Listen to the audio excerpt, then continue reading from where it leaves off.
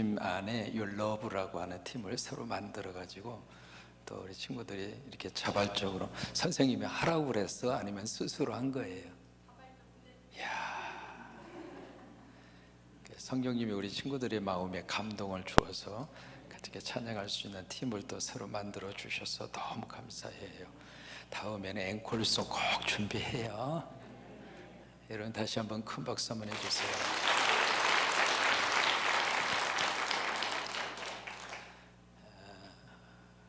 이렇게 자라는 청소년들이 하나님 앞에서 찬양하는 게 너무 행복해요. 참 신기해요. 이게 우리들이 행복하면 하나님은 더 좋아하시더라고요. 그러니까 강대성에서 가끔 춤추고 싶을 때가 있거든요. 제가 굉장히 참습니다. 근데 이제 왜 그런 마음이 들었냐면 하나님은 더 좋아하시겠다. 우리가 신앙생활 하면서 그런 하나님의 마음과 심정을 느낄 수 있는 게 은혜거든요. 그래서 이제 가면 갈수록 자꾸 믿음의 세계 속에 감정의 차원이 있습니다. 세 가지 신앙의 단계가 있거든요. 지적 차원이 있고 감성의 차원이 있고 의지적인 차원이 있어요. 근데 이제 그 중에 우리가 지적인 차원도 절대 무시 못합니다.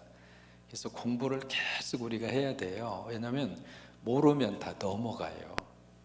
자꾸 옆에 와서 우리 성경 공부 몰래 하자, 비밀스럽게 하자, 특별히 깨달은 진리가 있으니까 우리 그쪽으로 하면 확 열린다, 그런 식으로 해서 몰래 이렇게 가서 우리 공부하자고 해서 유혹을 하잖아요. 이게 모르면 빠지는 거예요.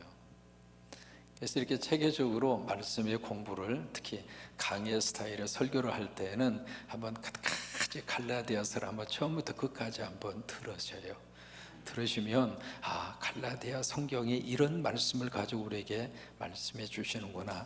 이게 뭐든 이렇게 맥이 흘러야 되거든요. 맥이 퍼즐을 맞추는 것처럼 전체적으로 말씀을 주신 목적과 의미와 메시지를 다 이렇게 퍼즐을 맞추는 것처럼 맞춰져야 돼요. 두 번째로 신앙의 생활 속에 뭐가 있는가? 감성의 차원이 있습니다. 느끼게 하시는 거죠. 그러니까 감정도 하나님이 주시는 한 느낌 중에 하나예요. 그러니까 아프리카 사람들로 예배 드리면서 참 부러운 것 중 하나가 그렇게 감정이 풍부해요. 우리는 좋은 거 있어도 우리 표정 자체가 그래요. 우리끼리 있을 때는 잘 모르거든요. 근데 우리가요, 여러 민족이 함께 이렇게 섞여 있어 보니까 우리가 말 안 하고 가만히 있으면 꼭 화난 것 같아. 여러분들은 모르시지만 제가 앞에 있으니 보면 무슨 쌈박질하고 왔나, 그냥 그런 심정을 가진 분이 이 교회 말고 다른 교회 가면 왜 그렇게 인상을 박수고 이렇게 보시는지. 좀 웃으세요. 좀 웃어요. 웃어. 감정도 성령님이 주신 거예요. 감정. 그러니까 감정에 충실한 것도 은혜 생활 중에 하나거든요. 우리 친구들 너무 감사해요. 고마워요. 어둠 날이에요? 밤이에요? 날 다 지나갔어. 이제 걱정 안 해도 돼요. 갈라디아서 3장에 보시면 첫 마디부터 굉장히 호통을 칩니다. 어리석은 자들아. 성경에 어리석다라고 하는 단어가 딱 2번 나옵니다. 근데 이게 갈라디아서 신약에서는 딱 1번 나오거든요. 딱 1번 나오는데 그 어리석다, 영어로 foolish라고 하는 단어를 딱 쓰면서 메시지라고 하는 성경에 보면 이 정신 나간 친구들아, 그렇게 번역을 했어요. 이게 신앙생활 잘 하다가 다른 나쁜 이단과 나쁜 사상에 물이 들어서 그쪽으로 빠져나가는 것을 보면 목회자로서 가슴이 찢어집니다. 그래서 참 이 마지막 때 목회하는 목사로서 늘 마음속에 그렇게 기도해요. 하나님, 제가 섬기는 이 교회는 말씀 위에 바르게 서게 하여 주옵소서. 오로지 성도들이 바른 말씀의 은혜의 꼴만 받아먹게 하여 주옵소서. 그래서 더 열심히 준비하고 더 열심히 말씀 속에 깊이 속에 설교자로서 설교로 준비하는 목사로서 더 깊이 들어가야 되겠구나라고 하는 생각을 더 열정적으로 하게 되는 이유가 이게 교회라고 해서 다 같은 교회가 아닌 세상이에요.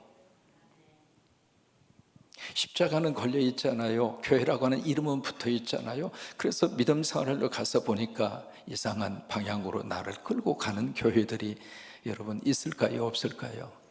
있어요.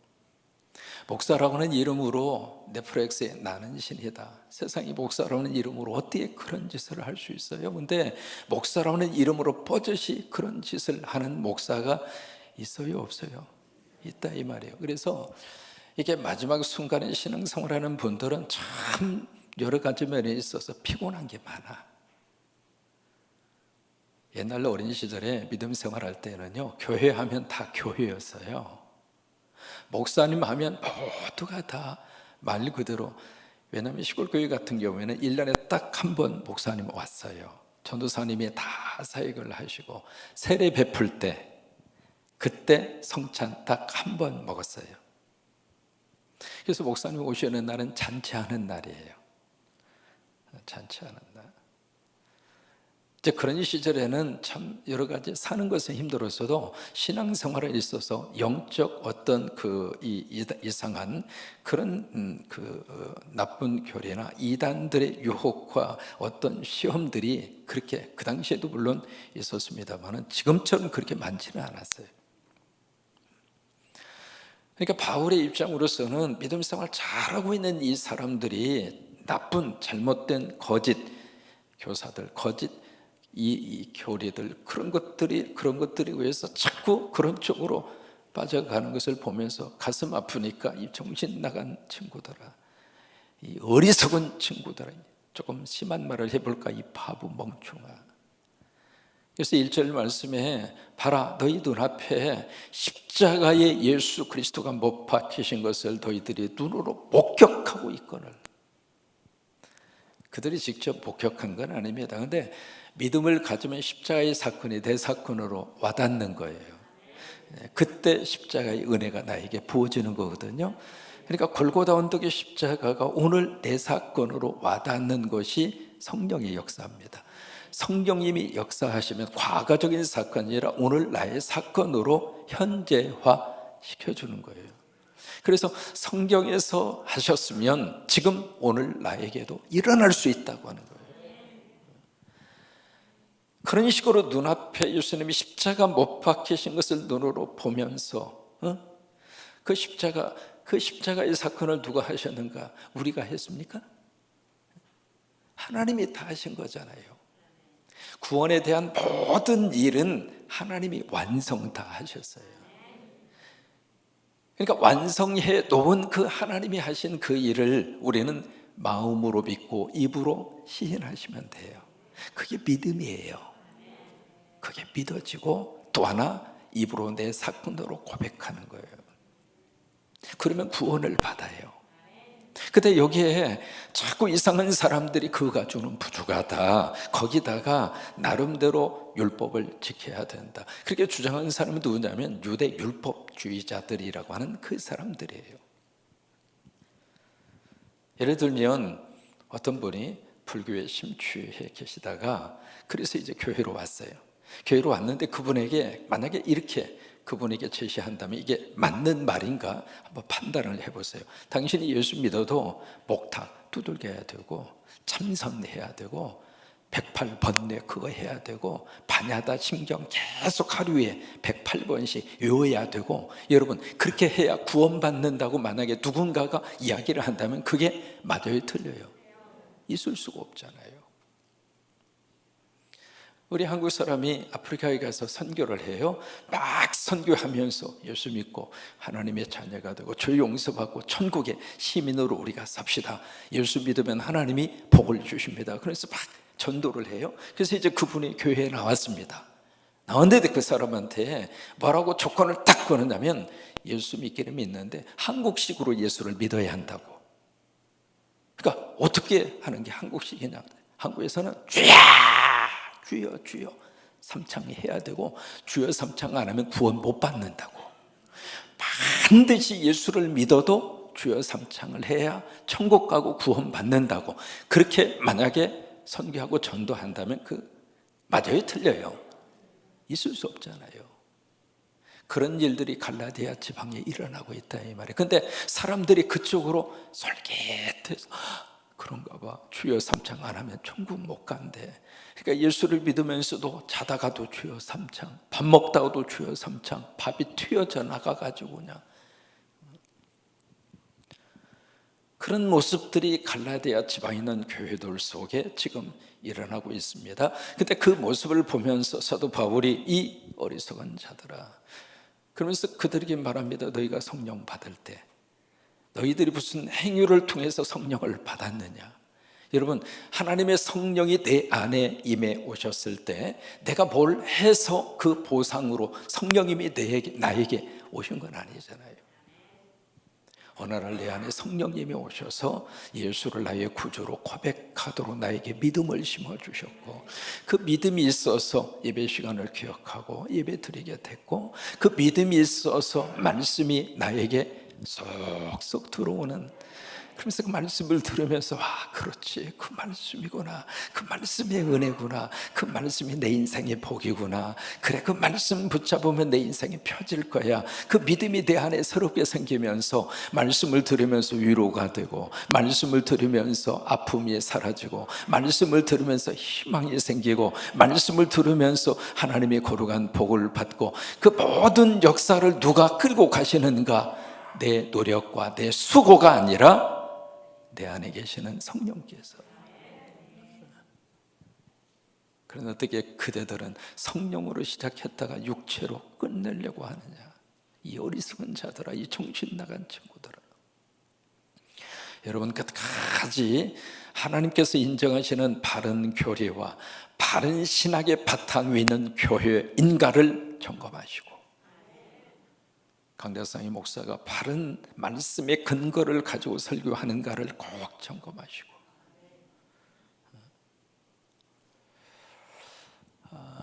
그러면서 이제 지난주에 사도 바울이 누구를 딱 끄집어냈느냐면 아브라함을 끄집어냅니다. 왜냐하면 이 아브라함이라고 하는 이 분, 유대인이라면, 유대인뿐만 아니죠, 우리도 아브라함은 다 알잖아요. 이 아브라함이 세계 3대 종교의 출발입니다. 기독교 아브라함이죠, 유대교 아브라함이죠, 또 하나가 있습니다. 뭘 것 같아요? 이슬람.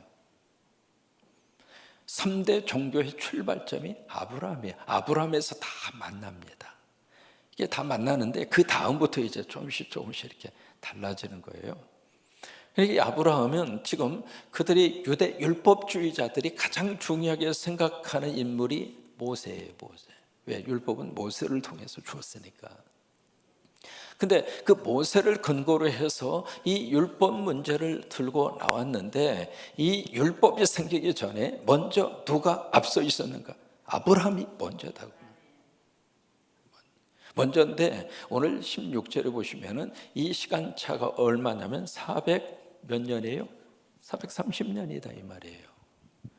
430년이 이스라엘 백성들 애굽에 가서 애굽에 생활을 하던 그 기간이 430년이잖아요. 그리고 애굽에서 나와서 시내산에서 모세를 통해서 주신 게 율법이잖아요. 그러니까 이 기간, 아브라함과 모세와의 시간적인 간격이 430년이에요.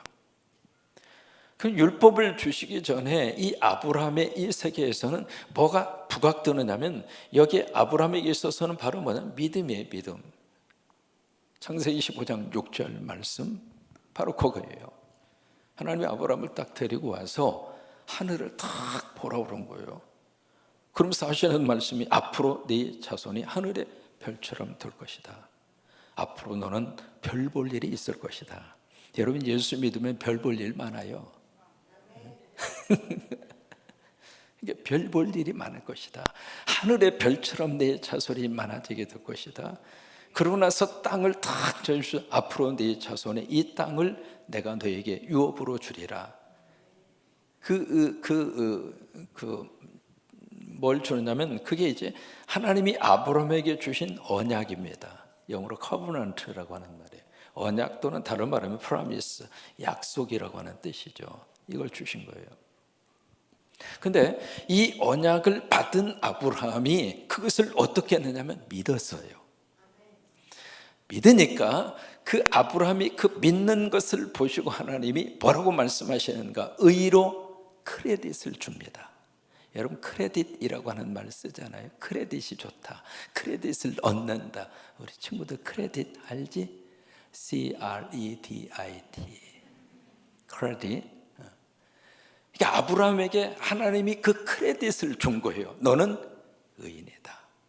그러면 그 크레딧을 누가 줬는가? 하나님이 주신 거예요. 뭐 때문에? 아브라함의 뭐 때문에? 믿음 때문에.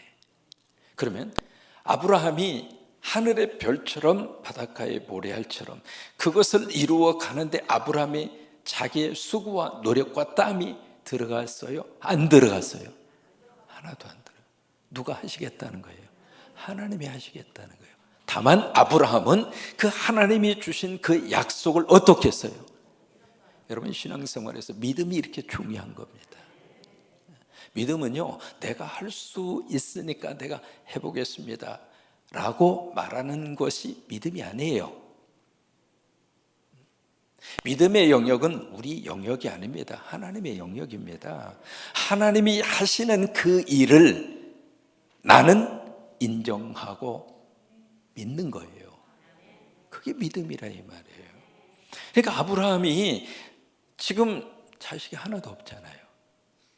자식이 없어요. 그러니까 이스마엘이나 내 상속자로 삼겠소 그랬더니 아니야. 소속이 틀려. 자식이 하나도 없는데 지금 아브라함도 나이가 지금 살살 거의 100세 가까이 되고요. 자기 부인도 지금 그러고 있는데 그 하나님이 주신 이 언약, 이 약속을 아브라함이 그냥 믿은 거예요. 하나님의 말씀은 하나님께서 말씀하시니까 하나님이 하신다. 교회 안에서 믿음은 나를 앞세우는 것이 아니라 하나님을 앞세우는 게 믿음이에요. 따라서 하십니다. 나는 못해도. 크게 하십니다. 나는 못해도 하나님은 하십니다. 인정하십니까? 믿음의 순서가 바뀌어지면 안 돼요.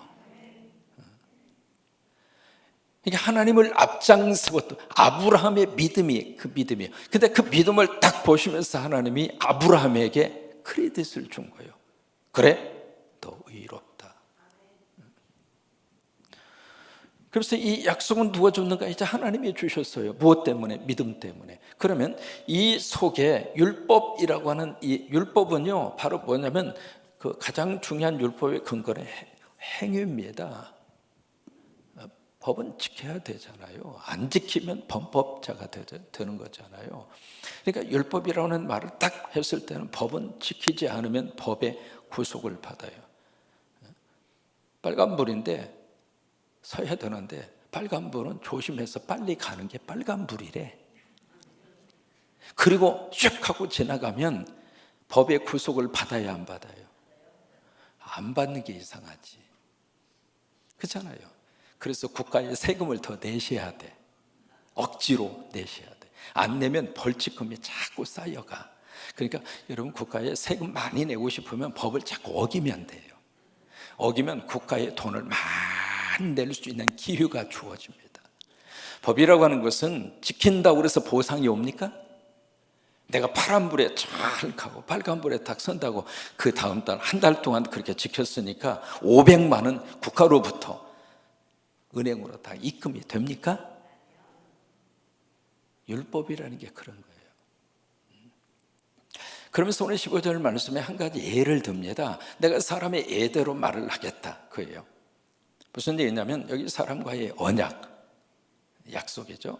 그 약속을 한번 딱 체결을 했어요. 체결을 했으면 그게 딱 체결이 되면 도장 찍고 사인하고 그리고 공증을 해서 딱 해놨으면 여기 이제 사람의 언약이라는 게 바로 뭐냐면 상속의 유언을 말하는 겁니다. 유언장을 딱 썼어요. 써서 내가 사인을 하고 공증을 맡아서 거기에 딱 도장을 찍고 그러면 그 다음부터 유언을 남긴 그 사람이 말하지 않는 한 그 유언장을 함부로 폐기할 수 있을까요? 아니면 유언장의 내용에다가 이거 기분 나쁘니까 이거 빼자고 그리고 새로 첨가하고 아니면 거기다가 뭔가를 집어넣고 그렇게 할 수 있나요? 안 된다 이 말이에요. 참고적으로 미국 사람들은요, 나이가 어느 정도 지나면 1년에 한 번씩 유언장을 반드시 씁니다. 여러분, 남의 일처럼 생각하시면 안 됩니다. 왜? 어느 날 갑자기 내가 그것조차도 못하는 경우들이 생길 수 있습니다. 의식이 있을 때 기도하는 가운데 유언장을 작성하실 필요가 있습니다. 아이 목사님, 저는요 젊은데 앞으로 살 날이 앞으로도 그냥 창창해서 그냥 수십 년 수백 년 더 살 터인데 기분 나쁘게 그런 말씀하지 마세요. 기분은 나쁘셔도 현실은 현실이에요. 유언장이 없이 어느 날 갑자기 무슨 일을 딱 당하고 나면 남은 사람들이 복잡합니다. 내 삶의 자국을 내 스스로가 은혜롭게 정리해야 할 필요가 있어요. 나는 가서 천국 가고 하나님 만나니까 뭐 나하고는 상관이 없죠. 그러나 남은 자에게 너무 큰 숙제는 남겨놓고 가지 마시라 이 말이에요. 내가 정리할 것을 정리해야 할 필요가 있다 이 말이에요. 그러니까 유언장을 딱 써서 딱 사인을 하고 공증까지 맡은 다음에는 그 다음에는 누구도 그 유언장을 폐기할 수도 없고 법적 효력이 있으니까 첨가하거나 뺄 수도 없지 않느냐. 그렇다면 430년 전에 하나님께서 아브라함에게 주신 이 언약을 누가 폐기하고 누가 이 언약에다가 첨가하거나 아니면 뺄 수가 있느냐? 그럴 수 있어요, 없어요? 없다 이 말이에요. 그런데 이 언약에다가 왜 너희들은 이 율법이라고 하는 것을 갖다가 집어넣으려고 그러느냐 이 말이에요. 믿음으로 아브라함에게 이 약속을 주셔서 그 약속을 받아들이는 모든 사람들이 이제는 뉴 이스라엘에 대해서 아브라함의 후손이 돼서, 여러분 예수 믿으면 우리는 영적으로 아브라함의 후손입니다.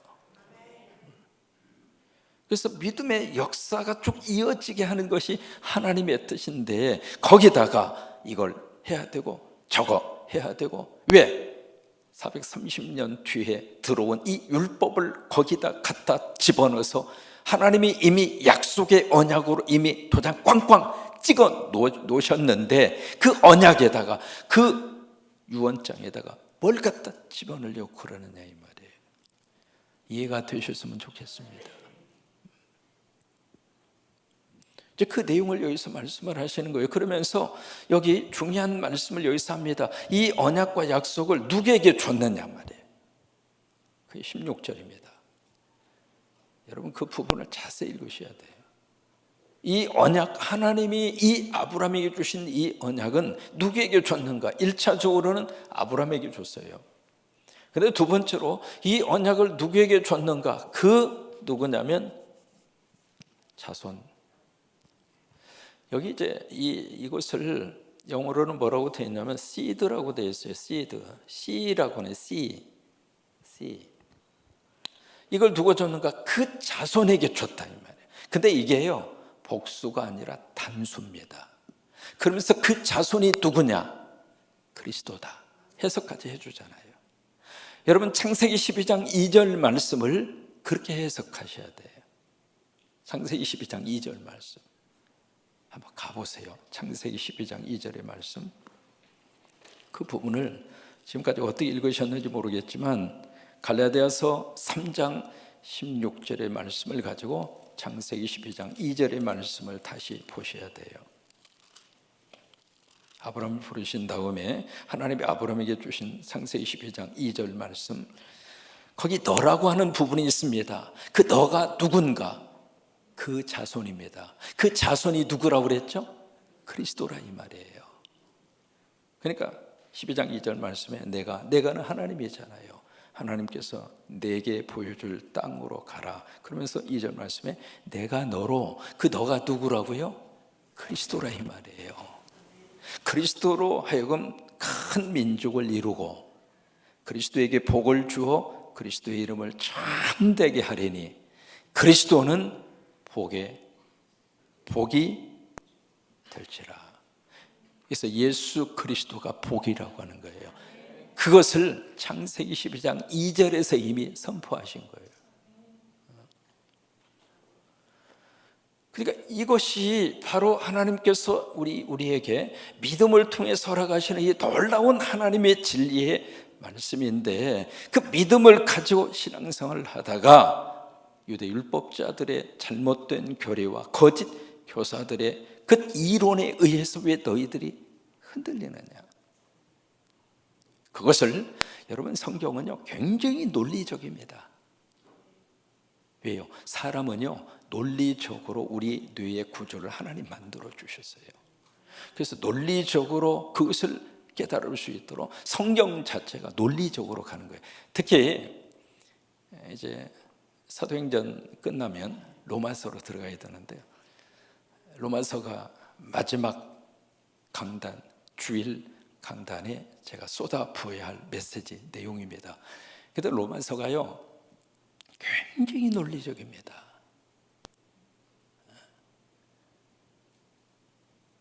그래서 그 다음에 던지는 질문이 있습니다. 그러면 도대체 율법은 뭐냐? 여러분, 그런 질문 할 수 있잖아요. 여기 믿음과 율법이라고 하는 두 가지 속에서 뭐가 먼저 나왔죠? 믿음이 먼저입니다. 그러니까 믿음을 먼저, 하나님께서 믿음을 보시고 아브라함에게 이 언약의 약속을 주셨고요, 그 언약의 약속은 몇 가지냐면 세 가지입니다. 첫째는 뭐냐면 자손. 두 번째는 땅. 세 번째는 유업이에요, 유업. 오늘 여기 17절 말씀에 보시면 유업이라는 말이 나오잖아요. 유업. 그 유업이라고 하는 말이 무슨 말이냐면 상속이라고 하는 뜻입니다. 상속. 이 세 가지의 것이 누구를 통해서 우리에게 이루어지는가? 그리스도를 통해서. 우리가 예수 믿으면 하나님의 자녀 되잖아요. 예수 믿으면 천국의 땅을 바라보고 살잖아요. 예수 믿으면 하늘나라의 유업을 우리가 이어받잖아요. 그러니까 이게 그리스도 안에서 이루어지게 될 하나님의 거룩한 약속이라 그 말이에요. 근데 그 약속이 무엇을 통해서 우리에게 주어졌는가? 믿음을 보시고. 그러면 이게 믿음이 이 율법보다도 430년이나 앞서서 우리에게 주셨잖아요. 그러니까 믿음이 먼저라 이 말이에요. 그러면 율법은 필요 없냐? 그거 아니에요. 믿음으로 살면 율법 라고 하는 그 범위 그 이상으로 하나님의 자녀로 살게 돼 있어요. 법으로 해서 꼭 지키지 않으면 너 죽을 거야, 너 지키면 폭파될 거야, 어쩔 수 없이 어거지로 그 법을 지켜가는 그 차원이 아니라 우리 율러브 우리 친구들이 자발적으로 이 찬양팀을 만들어서 와, 어떻게 다 그렇게 이쁜 생각을 했대야? 누가 햄버거 사주면서 하자고 그런 거야? 아니야. 어느 날 갑자기 뿅 하고 생각한 거야? 그렇대야. 시상어라.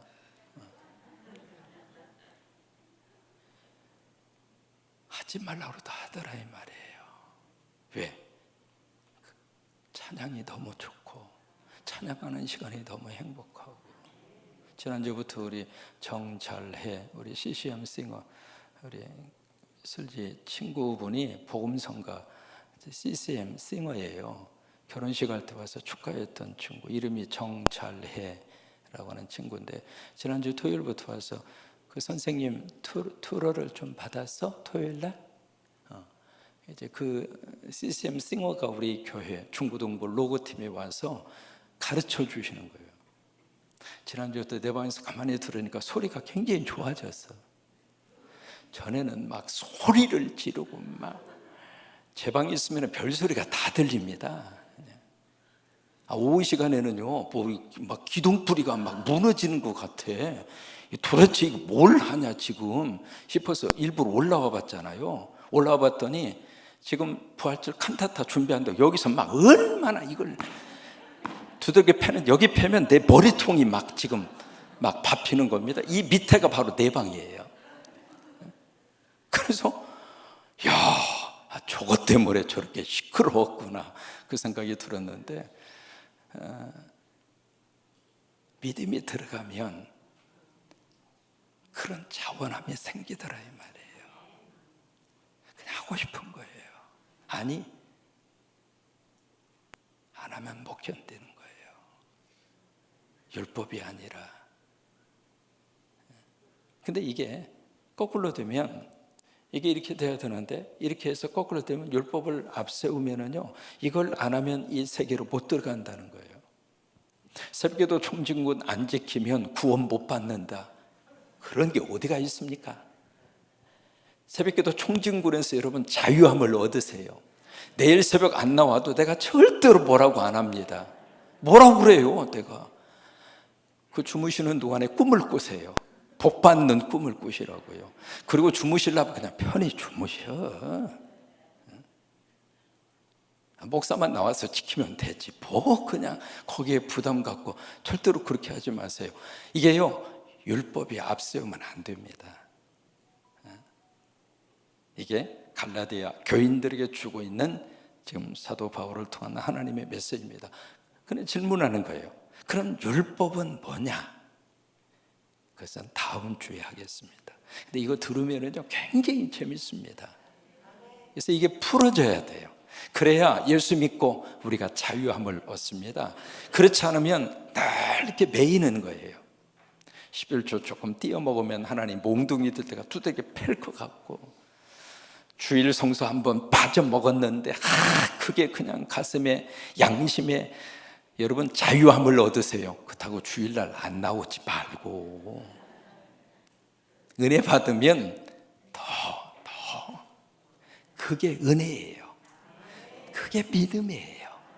그게 하나님이 주시는 놀라운 축복이에요. 그래서 믿음이 깊어지면 깊어질수록 나를 얽어매고 있는 법적 요소로부터 하나씩 둘씩 다 벗겨져서 그저 주님 안에서 감사하고 주님 안에서 자유함이 있고 주님 안에서 너무 마음이 편하고